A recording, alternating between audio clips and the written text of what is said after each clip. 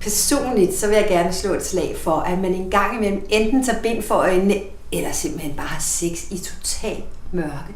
Fordi når man har det, jamen så bliver man bare meget mere fri. Man kommer ud af hovedet, og så er man kun krop. Og når man kun er krop, så er man også lidt ligeglad med, i virkeligheden, hvem man er sammen med, eller hvem jeg er. Jeg har ikke længere nogen komplekser, for jeg kan ikke se mig selv, så jeg er lidt ligeglad med mine bryster, eller min mave, eller min lår, eller hvad det er, jeg plejer at tænke så meget over. Lige pludselig, så kan jeg bare have sex, smide klunset, og så ellers bare glide rundt sammen med ham, jeg nu er sammen med, og kunne dufte ham mere, og kunne høre ham mere, og smage ham mere, og røre ham meget mere, fordi med de andre sanser, de bliver mere skærpet. Og nu, når man er nøgen, ikke, og man nu ligger her i mørket, så er det en dejlig ting at lige bruge lidt olie, som er rigtig glide. Og så har man altså gang i noget rigtig god sex. Så sluk lyset den 16. december mellem 7 og 8, og så tænd op for din partner eller din elsker.